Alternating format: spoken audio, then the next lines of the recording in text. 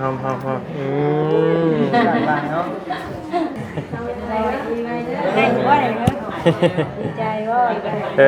ดีใจดีใจเนาะ ครัวให้กำลังใจเนาะดีใจพี่น้องอันนั้นให้กันให้ได้เลยให้น้ำตาเกิมหน่อยพากันหายน้ำกันหายกันรถเอาเด้อข่อยเอาเสียงหายใจอยู่มาเปลี่ยนใหม่ ขอมุกขอบใจหลายเด้อทั้ง FC บ่าวเหย้าชาวไร่แล้วกับสาวนวลกับแม่นางก็ให้อยู่ดีมีแห้งความเจ็บจะได้ความไข่จะมีเด้อคิดสิ่งใดก็ให้ได้สิ่งนั้นเด้อร้อยเท่าพันเท่า สาธุ เครียดแล้วนะ เราทำมาได้กัน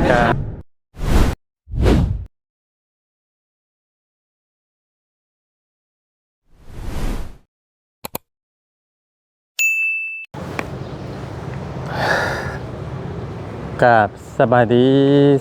และสวัสดีเด้อพ่อแม่พี่น้องเลยเนาะเบิร์ดกุสู่สุคนเนาะพี่น้องเลยยินดีต้อนรับเข้าสู่ช่องของหมอยาวซาแนลคือเก่าพ่อแม่พี่น้องเลยเนาะสบายดีเนาะ 2 คนคือเก่าเนาะ 2 คนคือเก่าพี่น้องเลยเอาพอดีว่าทางอันหมอยาวมาหาน้องเพิ่นมื้อนี้ก็สิแดนเรื่องผ่าตัดนี่แหละพี่น้องเลยสิไล่หรือบ่ไล่ก็รุ่นมึงน้ำกันพี่น้องเป็นจังได๋ ตอน มื้อ นี้ นี้ ยังขาเลือดอยู่ ขาดเลือดเพิ่นมาเลือด เลือ เนาะ ดมาใส่แต่ว่าเลือดน่ะได้แล้วพี่น้องเอ้ เพราะว่าเลือดเพิ่นตกเนาะมีแต่ให้ทั้งเบาหยังก็ บ่แฮมหมู่บ่นี้ว่าแหละแลนอยู่พี่น้องเอ้ย เบาแฮม โดย ป่ะยันมาบ่เว้าอะไรจะแฮงยันทางอัน เนาะ หมอใหญ่เพิ่น ถ่าอยู่ ถ่าบ่ยาวอยู่พี่น้องเนาะโอเคพี่น้องเอ้ยเลย ยังไงบาดอยู่นะ ฟ้าแดดพี่น้องเอ้ยเนาะ แดดแห้ง เอ้าพี่น้องเอ้ยเนาะเมื่อกี้นี่ทางน้อง โดยน้องหยัง น้องต้าโทรมาเมื่อกี้นี่ โอ้ ว่าน้องอันน้องบอยไปเรียนเรื่องเวลาอังคารหน้าโหช่างเคผ่าตัด โอ้เพิ่นเว้าได้ คอยว่าขนาดใช้คอยคุยกับหมอคืออัน มื้อนี้ คือสิพร้อมขึ้นเคียงแล้วว่ะ โดยที่นี่บ่นิวกับบ่ยาวเข้าไปห้องเป็นพบหมอใหญ่ ด เพิ่น รใหญ่เนาะเพิ่นว่า1 โมงจังหน่อยนี้เพิ่นว่าหาแต่ออกมาเดี๋ยวนี้แหละพี่น้องเอ้ยเนาะแต่ว่าทางบ่ต้าเพิ่นไปลมกับหมอเพิ่นว่าวันอังคารนะว่าซั่นเนาะ ทั้งน้องเพิ่นได้ยินผู้นั้นเว้า พูดได้ น้องบอยนั่นแหละ โอ้ แต่ว่าทางบ่นิวกับบ่ยาวเข้าห้องส่วนโตกับทำหมอใหญ่แล้วพี่น้องเอ้ยคือว่าจังหน่อยนี้แหละทางบ่นิวก็แล่นเอาเลือดอยู่เตรียมเอามาใส่นะพี่น้องเนาะ ตอนนี้เนี่ยมีแต่รอเลือด โดย ก็รอเวลาที่เพิ่นสิพักวิกกินข้าวได้มั้ย โดยเป็นกำลังกินข้าวอยู่ตอนบ่นิวเข้าไปก็ได้ เลือดก็บ่ได้รอหรอกมีแต่รอเพิ่นเอาขึ้นเคียง โดยเลือดกับบ่นิวนี่แหละกับบ่ยาวแหละสิจวดไปเอาเองเลยพี่น้องเอ้ยอยู่ศูนย์เลือดกระแดงมันผู้นแหละพี่น้องเอ้ยเนาะ อยู่ไสเจ้าจักอยู่บ่ซูน ฮู้อยู่กะเอาเบาแฮมเลยไปนำเลย โอเคเอาบ่ให้มันเป็นตัวประกันบ่ แม่นเอาเบาแฮมเป็นตัวประกันพี่น้องเอ้ยถ้าก็บ่ยากดอกเบาแฮมกับบ่นิวก็ถือว่าเป็นหมู่กันก็สนิท สบายอยู่ กัน สบายอยู่เนาะ โดย ก็สิได้ให้เราอยู่ได้นี่พี่น้องเอ้ยเนาะ โดยก็ให้เราอยู่ เพราะ กิ ว่า นน้ำกินในแล้ว โอ้ทำบ่ได้แล้วนี่ก็ เมื่อคืนเราก็เข้ามาเบิ่งซอยได้ อ๋อ เรามาเยี่ยมอยู่ได้แล้วย่างลบไปลบมาแล้ว ทำบ่ได้แล้วนี่ก็ยากเติบได้พี่น้องเลยบ่ ยากเติบแล้ว เพราะว่าบ่มีคนเฮาเล่นในนี่เลยยากเติบแล้ว แม่ เนาะมีอาศัยทั้งหมอแฮมเพิ่นนั่นแหละก็บ่ขอบใจเราหลายๆพี่น้องเลยเนาะ เดี๋ยวทางเบาแฮม เออ เนาะ เอาพี่น้องเอ้ยมีแต่ว่านั่นแหละทั้งตอนนี้ก็มีแต่คือบ่ยาวได้แจ้งบอก ผ่าตัดเนาะ คลิปเมื่อวานนี่แหละพี่น้องว่าตอนแรกเนี่ยเพิ่นมาสิพา8 โมง โดย และที่นี่แหละเพิ่นโทรมาบอกหมอยาวแหละว่า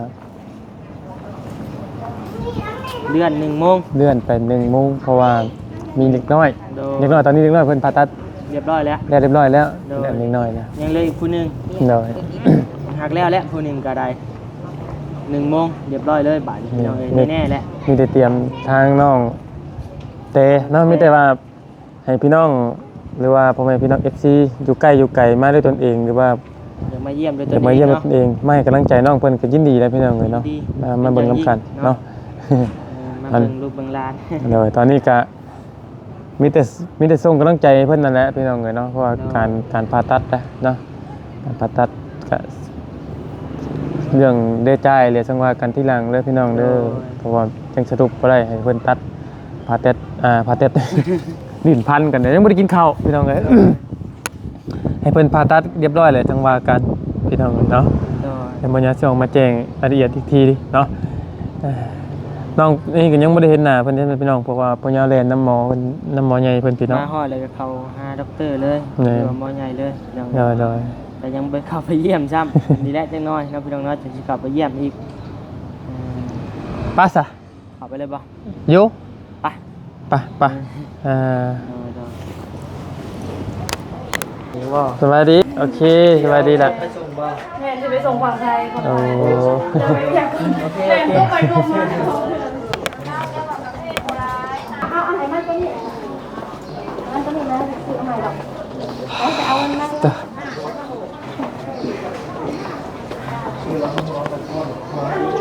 ร่วงนะเล่นๆก็หอมนึงแล้ว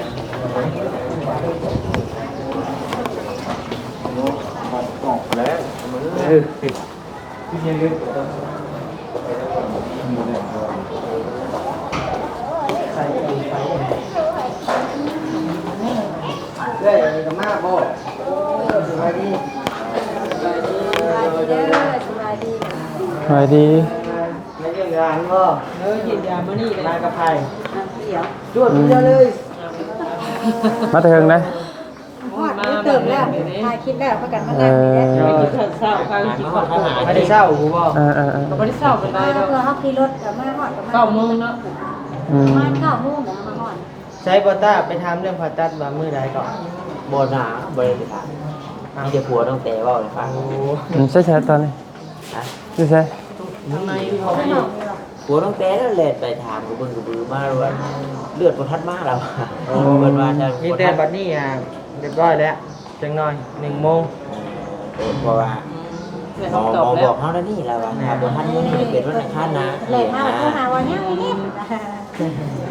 เลยโทรถามมึงไอ้เงาอ่ะว่าไอ้เงาเราเล่นอยู่เลือดนะ เรียบร้อยแล้วบ่ยากดอก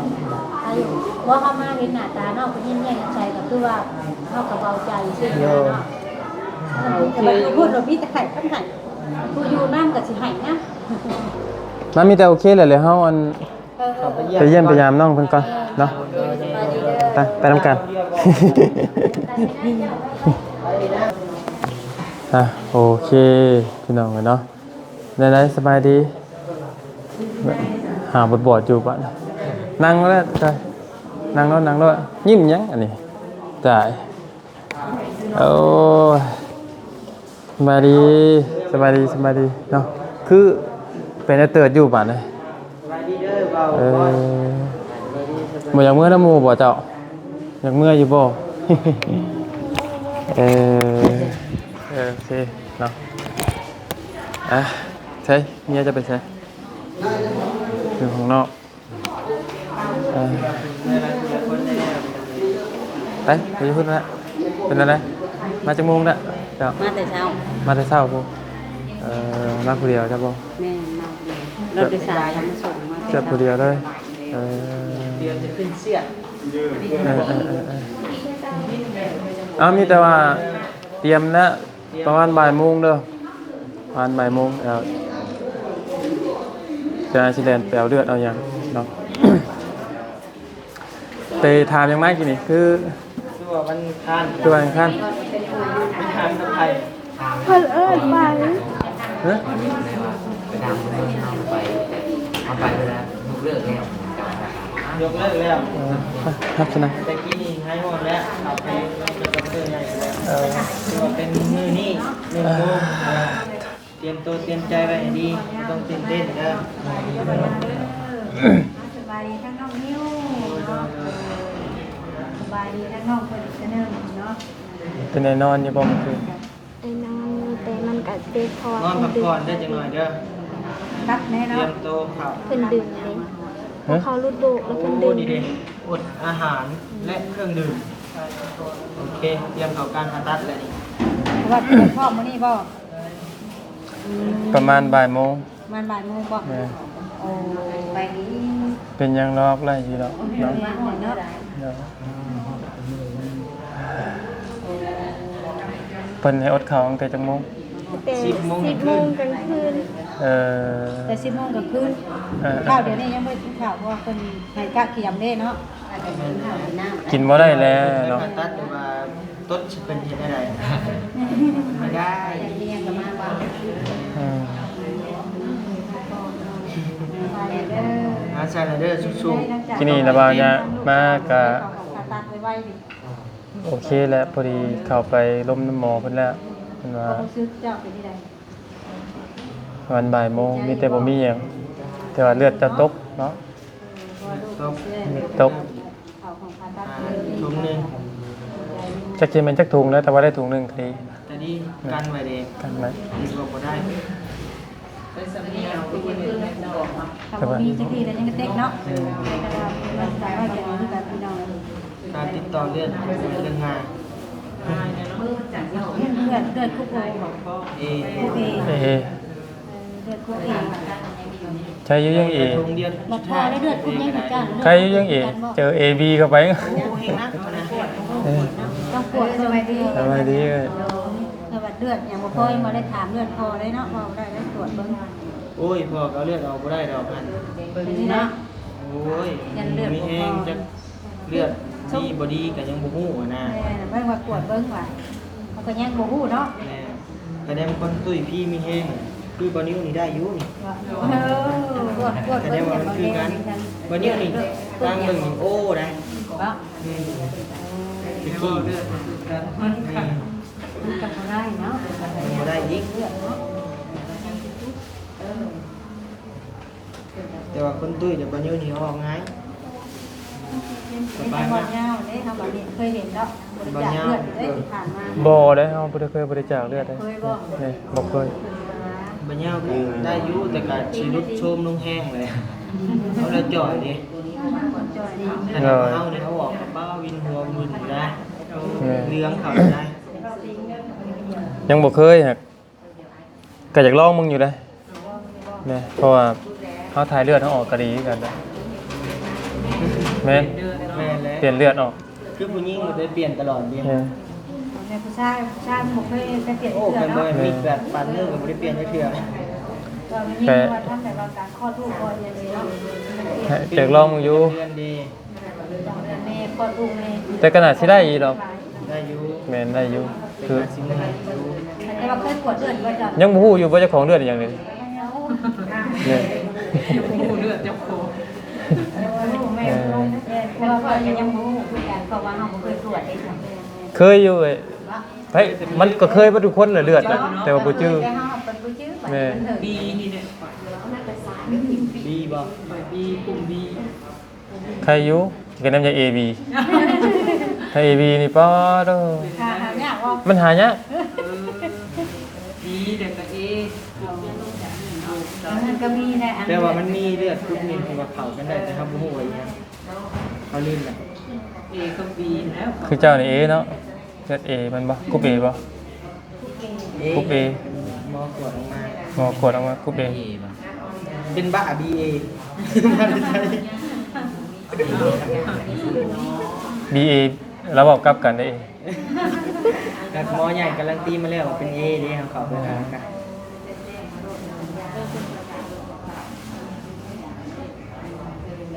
ใช้นอนอยู่แล้วว่าเมื่อคืนนอนเต็มที่อยู่บ่ มันเจ็บตอนดึก มันเจ็บตอนเลิก เพราะอากาศตอนเริ่ม นอนชัดนอน เจ็บ เด้อ เพราะว่าอากาศมันเย็นนี่เนาะมันก็เจ็บเลย อีกชั่วโมงเดียวเนาะ ตอนนี้ก็12:00นบ่ หนาวบ่คืน แม่ วันช่วงบ่ายโมงเนาะ ฮะ หนาว หนาวพวกมันเนาะเย็นอีกว่าตอนแรก เพราะว่าขามันย่อขึ้นขาเพราะมันปิดกว่าชนิดนี้มันมีแต่เย็นได้แบบนี้ โอ้มันคืนนี่11องศา แม่หนาวเกิน ความหนาวเนาะ หนาวแห้งเนาะ 11องศาแนวอยู่ในเงินก็ยังบึบๆครับ เอารอจักหน่อยพี่น้องเลยเดี๋ยวสั่งพากันพี่น้องเลยเนาะมีแต่ว่าตอนผ่าตัดท ทั้งผู้ผัวผู้พ่อจะพาไปใส่เด้อเรื่องกันก่อนเนาะ กับว่าข้าวไปแล้วเบิ่งกันก่อนแล้วว่าเนาะเป็นหอมอะไรอย่างเงี้ยก็ได้นะจ๊ะเนาะแค่นี้เบิ่งก่อนยามหน่อยไปแล้วซึ่งยังหน่อยมาเป็นที่เป็นให้จดหันจดนี่เนาะบ่ได้เป็นหอมเป็นเฮาก็ โบกลายหอมลายเนาะพี่น้อง บ่ได้เนาะ เอารออีกจักเล็กจักน้อยพี่น้องเลยเนาะก็ให้พักผ่อนซะเนาะ ต้องได้ผ่านรักแน่นอนไปทำ เช่มาดีแล้วครับบอยอยู่ใกล้เมียเฮ็ดได้แล้วก็บัตรหนึ่ง หอมแก้ม ก่อนจะเข้า ก่อนจะเข้าห้องไว้ เมียเก่าเมีย ใช้บอกคนกว้างตั้งใจเลยเฮ้ยเดี๋ยว สู้ๆได้เลย ไปเบิ่งไปเอา จับให้จับให้จับให้ว่ามาอยากพังอยู่ได้นี่กัน พังซะ สิเด้อ คอยเป็นกำลังใจให้ มา อยู่ ให้อยู่อะฮะแทงเขาบ่ บ่เพลงที่อยู่น้ำป่านนี่เนาะบ่อย ป้าเมื่อแต่ถึงแล้วที่ของเพลงนี่ สิให้เลยพี่น้องไอ้ผัวก็ได้ คำว่าของแก้วสิให้นี่ หอมบ้านเนาะโอเคแล้ว ก็มีคนย่องมาหลายอยู่พี่น้องเอ้ยน้องเพิ่นก็ ตาดีตามหน่วย ทางผู้ผัวน้องเพิ่นก็มีคนย่องมาหลายอยู่ ว่าสำนีแม่ก็ดีเนาะบ่ป้าบ่ทิพย์จับมือจับหยังสักกาแสดงออกเนาะ FC ย่องหลายได้นางบอยตอนนี้ ที่ย่องลายน้อยบอกว่าเรากล้าแสดงออกหลายผู้ละคนเบิ่งเอาสักละ ให้เนี้ยอันนี้ฮะ ได้บ่ได้เนาะดีใจบ่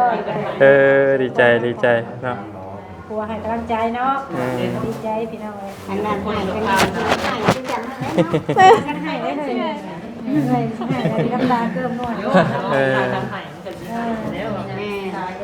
ตากันหายน้ำกันหายน้ำกันรถ เอาเด้อข่อยเอาเสียมาให้เจ้าอยู่มาเปลี่ยนใหม่ พอเราเปลี่ยนเนาะ บ่ต้องซึ้งกันยาที่ฮอดเข้าห้องผ่าตัดแล้ว มีแต่ให้กำลังใจเนาะชูๆไปนะเนาะ โอ้เดี๋ยวมันก็ผ่าน พาคนไป ทุกคนก็คือว่ามีอุปสรรคในสิ่งหลายอย่างมันคือการแตกต่างกัน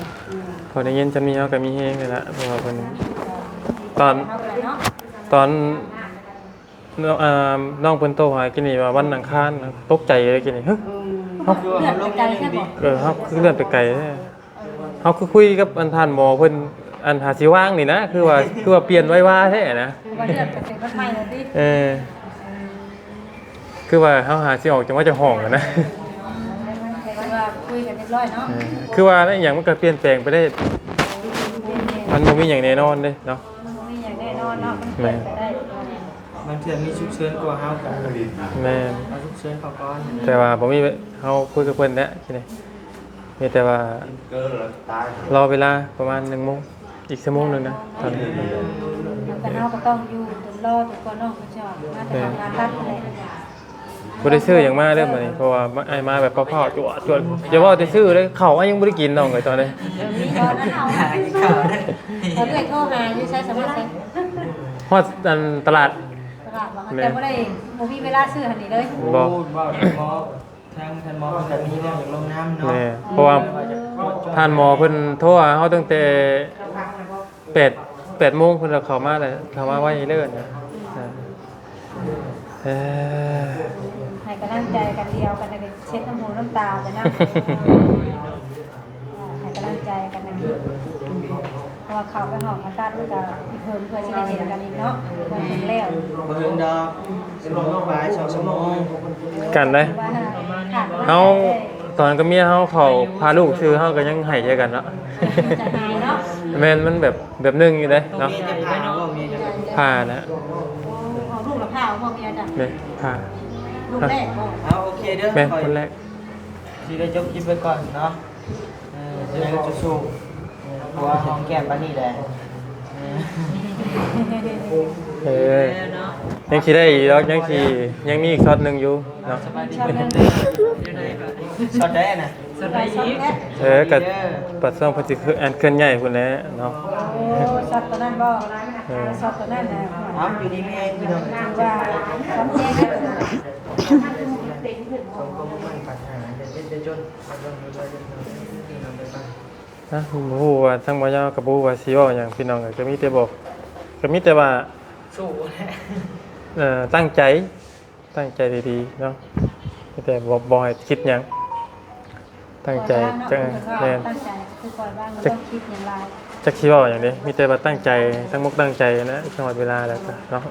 ข่าวไปมันก็ออกมากกับเอ้ยนอกหรือว่าได้คนละคนแต่ซีอูห้องที่เจอห้องข่าวอยู่ ก็ยังดีแต่ว่า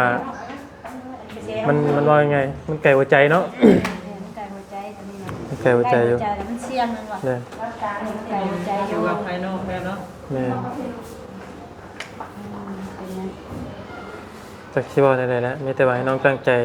แต่นอกมันก็ข่าวแต่คืนนี้ถึงข้าวห้องนี่ก็ถือว่ายังเนาะ แม่น กินยังซ่าเลย ยังเพิ่นบ่ให้กินแล้วให้กินยังเลยของตาตาไม่งด กินหยังบ่ได้ ว่าผ่าตัดได้ร้อยทั้งพื้นโตขึ้นมาถ้าสั่งงานอันนี้ให้กินแบบเย็นเลย โอเคเดี๋ยวคุยกับน้องเพิ่นไปแล้วเด้อเด้อเนาะโอเคเนาะสู้โอเคก็ได้โอเคพี่ต้องไปเนาะมีแต่นั่นแหละทางสิได้จบคลิปปิดคลิปก่อนเนาะลงไปมากับไผว่าตะ ผู้เดียว ตัวเดียวเนี่ยไปใช้ ชักเครื่อง แล้วก็คือเห็นป้าก้นกันเชียว ไปกันดูมัน เออ บ่คักแล้ว บ่คักบ่ ไอ้มันเสือสิเนาว่ามันก็เลย ว่าดอกเนี่ยไปก้นได้คักจับกล้องจำหยังให้เด้ คักอยู่แต่ว่าเสือสิเนาอ่ะเสือไว้ จับบ่ดีให้ก็บ่ได้ติ ให้เมียมีแต่หน้าบูดใช่ทราบบ่ยาวหรอก ก็คือว่าถ้าไปนํกันก็มีผู้จับกล้องแก๊บหยังมันก็ ชัดโคกันเนาะ ง่ายแน่ นี่มันก็สุดทอน้ำผู้จับกล้องมีคนจับกล้องให้นะพี่น้องเนาะ เฮาเฮ็ดเนี่ยมันก็สบาย มีคนจับกล้องให้คำเว้าคำจาเฮาก็คือว่าคักอะนะอันนี้อยู่แต่ข้างหลังบ้องอยู่ที่รถ แล้วว่าบอกหยังก็ได้แต่มือย่างใช่ดิ เอานั่นแหละมีแต่ทางอ้ายไล่ประสานงานทางหมอเพิ่นเป็นที่เรียบร้อยเนาะ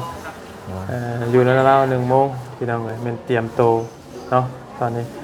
บ่พากินหยังนะเนาะอยากอดก่อนแล้วใกล้แล้วได้นี่ เจอใกล้แล้ว แล้วเพิ่นยังสิให้กิน คุณแล้วพี่น้องเอ้ยบ่มันที่ยุ่งยากก็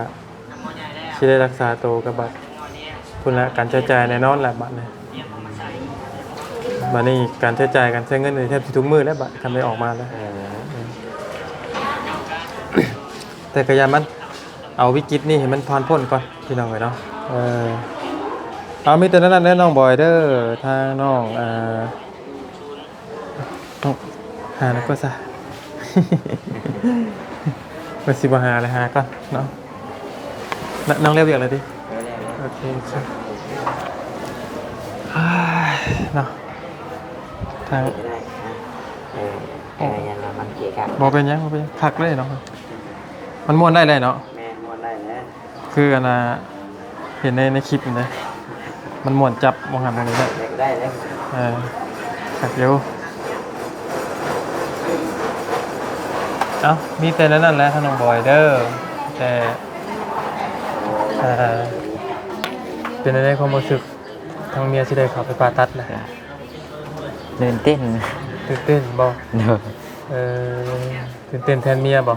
เด้อ ไปนี้ไปนี้ เพราะว่ารอมาหลายมื้อเลยเนาะ แม่ ลาเพิ่นเข้ามา กินแล้วข้าวจำบ่ได้ กินแล้ว กินยัง ทางสาวนั้นเป็นชื่อ สาวได้นี่ นี่เจ้าเบิ่งนี่ชายังนี่นะ บ่อีกกันนะผู้นั้น สามุกบ่ อืม สามุกดาแล้วก็สาวไร่เนี่ยซื้อมาจักชาจังเพิ่นบ่จื้อแต่ไผจื้อไผนี่แหละ ยืดอะไร สามุกก็ว่าสานวนเพิ่นว่านะ หลายคนเด้พี่น้องเนาะบ่ตีน้องเพิ่นน่ะจักไผแน่เนาะ ภายได้มันแบบมอง รักอยู่ในใจเนี่ยคือว่ายาวแหละเนาะ ไปซี่ใส่สาวมอง บัดทุกคนนี่แหละซอยกันเด้เนาะ หนูตัวใหญ่ดิ มีแต่นั่นแหละเด้อทั้งน้องบอยเนาะกะมีหยังกันนะ หนูใหญ่ดิ เลี้ยงแล้วว่าเฮ้ย บ่แม่บ่ได้แพงหนู มีแต่นั่นแหละมีแต่ทางน้องบอยเนาะฝากความขอบใจขอบคุณผู้ใหญ่ใจดีหรือว่า FC เนาะเพราะว่าตอนนี้เพิ่นก็ ไอ้บ่ฮู้ว่าเจ้าเขาได้เบิ่งในคลิปหรือบ่ นี่ก็ได้เบิ่งอยู่ เพิ่นรุ่นเขาให้กำลังใจร้ายตอนนี้สำหรับครอบครัวเจ้าเนาะมี ช่วงร่องมากระไรนะ ได้อยู่เนาะส่วนเรื่องเสื้อผ้าหน้าเพศเดี๋ยวจังหวะการเห็นมาน้องนิ้วเอามาให้อยู่แม่นบ่เสื้อ แม่นๆเอามาอยู่เสื้อกันยาวเลย เออ เพราะอากาศหนาวเนาะ เพราะว่า เป็นย่าง บ่มีเสื้อผ้าใส่พี่น้องเนาะ ใส่ตัวเดียวเนาะ เพราะว่าสิชื่อได้กินในน้องเพิ่นว่านี่ก็ฟังแล้วก็ปลื้มเลยพี่น้องเลยเนาะแต่ฮู้ผมได้ว่าเมียเบื่อซีนเบื่อหยังแล้วก็ไปซื้อหมูยองมาให้เมีย หมูยอ ซื้อหมูยองแล้วเขาถามว่าน้องกินอันนี้บ่เพราะอะไรอ้ายยันเงินไอ้เบิดแบบอยากให้เขาเก็บเงินไว้ผ่าตัดน้องดูแลเมียดีกว่านะพี่น้องเนาะถือว่า ทางคำเล่ากันว่ามันเขาก็ปลื้มใจไงบ่ แม่นผู้เฮ็ดน้ำมันก็คือว่าผู้แลนเลาะและลองน้ำก็คือว่า ดีใจ ปลื้มใจแทนน้องเพิ่นนั่นนะที่ นอกคนรู้จักว่าพี่น้องสามนั่นสนี่ แม่ สามนั่นสนี่เนาะ และก็มีพี่น้องเพิ่นว่าน้องเพิ่นยังอยากมือไม้แข็งมื้อนึงก็จังว่าการตัวลังกะทางบ่ยาวก็บอกสอนบางเพิ่นอยู่เนาะให้คือเวลาผู้ใหญ่เพิ่นเอาเครื่องเอาของให้หรือว่าผู้ใหญ่เพิ่นบ่ให้ก็แล้วแต่มีแต่น้องมืออ่อนก่อนยกมือไหวก่อนเห็นไผคือกันเห็นผู้ใหญ่เห็นผู้หยังเพิ่นมาเด้อ สบายดีเด้อ สบายดีก่อนหรือว่าขมกขอบใจเนาะบ่ต้องอายตอนนี้เจ้าไปทุกทีแล้วตอนนี้เออ พอไปตามอากาศเลย ว่าเดี๋ยวน้องคนกันยังน้อยตอนไปบ่เคยครับ ยังบ่เคยในตั้งแต่ว่าคบกับน้องแต่กับพี่มีเดี๋ยวนี้เพิ่นออกคลิปบ่อยเนี่ยแต่กี้บ่เคยออกมันก็สิเป็นเรื่องปกติที่ว่าน้องยังบ่คุ้นเคย โดยปะสามีแต่นั้นแหละนี่น่ะมันขวงทางเพิ่น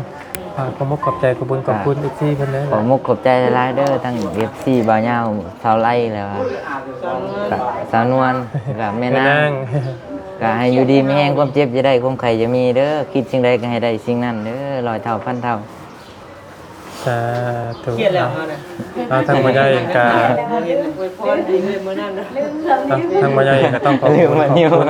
ทางพ่อแม่พี่น้อง FC บ่ทุกคนพี่น้องเนาะ